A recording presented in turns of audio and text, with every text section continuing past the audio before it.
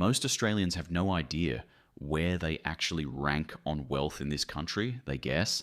They compare themselves to their neighbors, their friends, the people they see on Instagram.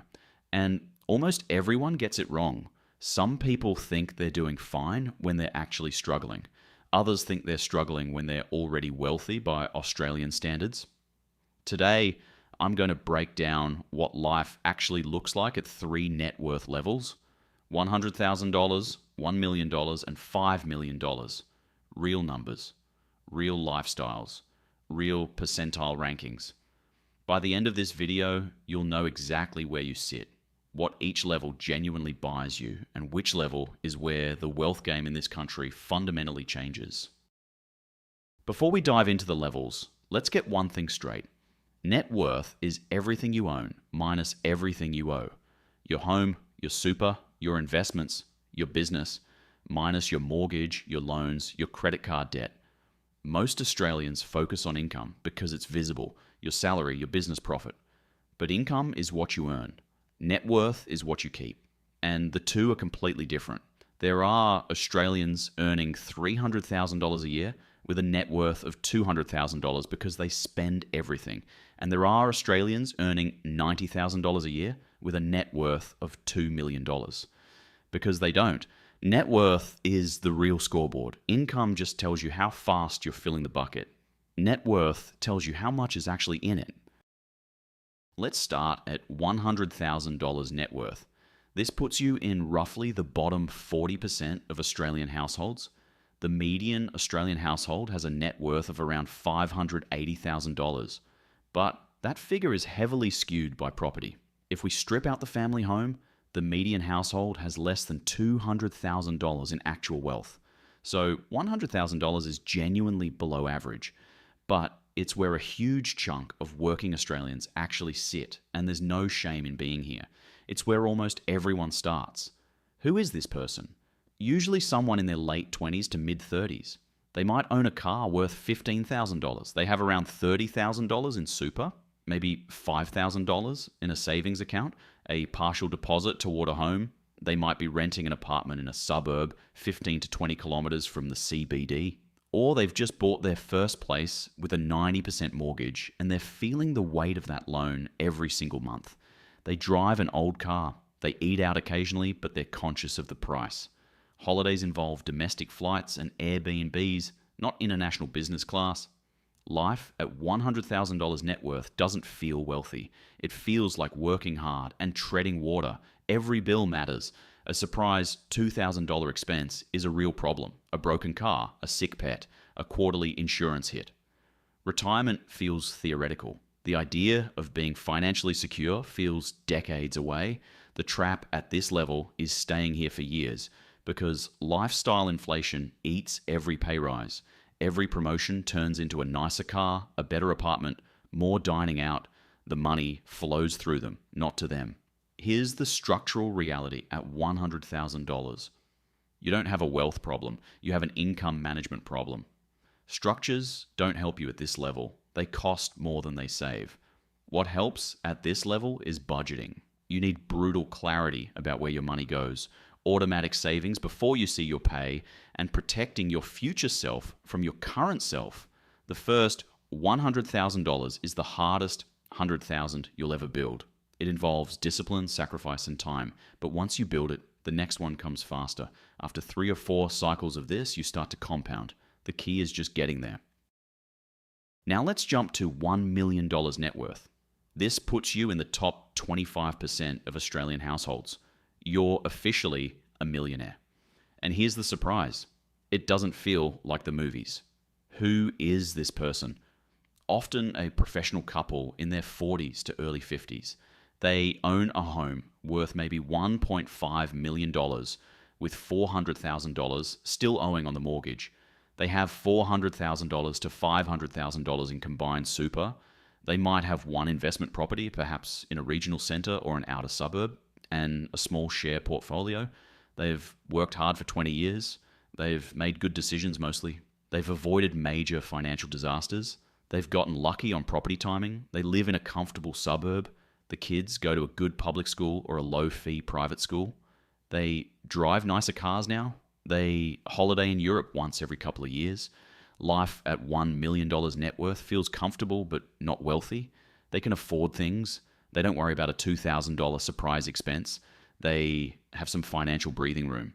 But they still need their salaries. They still feel pressure. They still wonder if they'll have enough for retirement. They look at the genuinely wealthy families they know, the ones with the harbour view holiday homes, the ones whose adult kids somehow start life already with deposits, and they think, we work just as hard, we earn just as much, why aren't we there? Here's the answer. They've crossed the most important threshold in Australian wealth building, and they don't know it. $1 million in investable assets, or a business generating $200,000 a year in profit, is the structural break-even point in this country. Below this line, building a proper wealth structure costs more than it saves. Above this line, every year you don't have a structure costs you tens of thousands of dollars in extra tax and lost compounding. Most Australians who cross $1 million don't know this. They keep operating like they did at $500,000. Family home in personal names, investment property negatively geared in personal names, super at whatever industry fund they joined in their 20s, share portfolio in a personal CommSec account, every dollar of income above $190,000 taxed at 47%, every capital gain taxed at the top marginal rate, the assets exposed to lawsuits, divorce, and bankruptcy.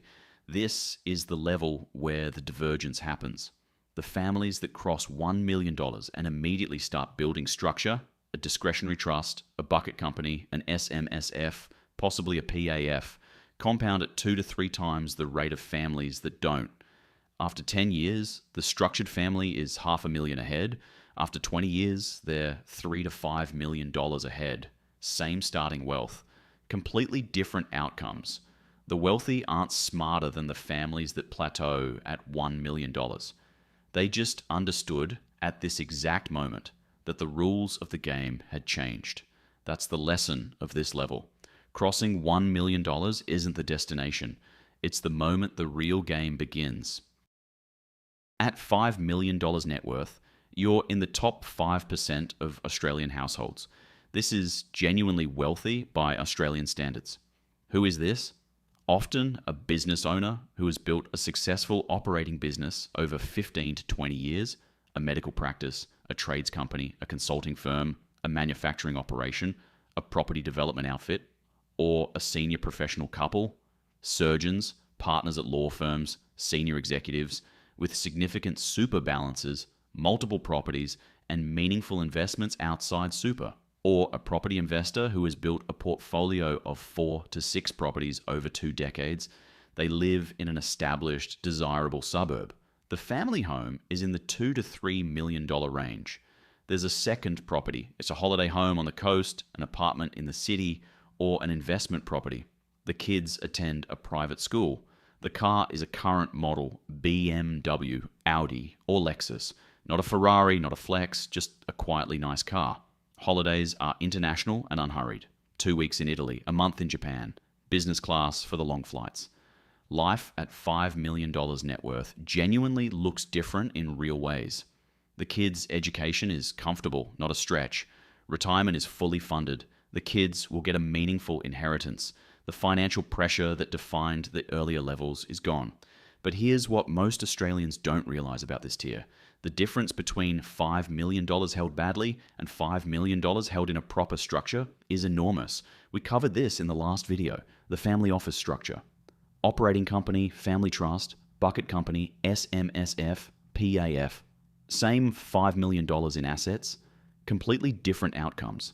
The structured family compounds at roughly 2 to 3 times the rate of the unstructured family. After 20 years, the structured family is $3 to $5 million ahead.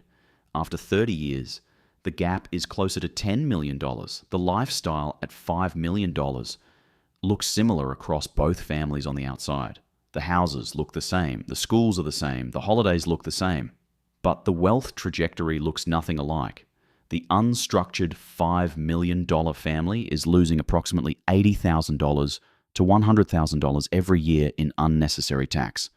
Reinvested over decades, that's a generational difference. This is also the level where the conversation shifts from how do I build wealth to how do I protect what I've built. Asset protection, estate planning, succession, bringing the next generation into the structure. The wealthy families at this tier aren't worried about money in the way the earlier levels are. They're worried about losing it through litigation, divorce, bad decisions, or family conflict. That's the lesson of this level. At $5 million, the game changes from accumulation to protection. And the families that don't make that shift watch their wealth dissipate over the next generation. So where do you actually sit? $100,000 puts you in the bottom 40% of Australian households, $1 million in the top 25%, $5 million in the top 5%. Most Australians overestimate where they rank. They look at the Harbour View home in their feed and assume that's the standard. It isn't. A $1 million net worth makes you wealthier than 3 out of every 4 Australian households. A $5 million net worth puts you in the top 5%. But here's the bigger insight, and this is what almost no one talks about.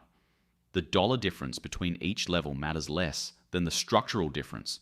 The family at $100,000 and the family at $500,000 are playing the same game. They're trying to build income management and discipline. The family at $1 million and the family at $5 million should be playing a completely different game. They should be playing the structure game, but most aren't. Most cross $1 million and keep playing the income game. They get there, and then they stop, because no one ever told them that the rules had changed. That's the gap between average and wealthy in this country. It's not income. It's not luck. It's not timing.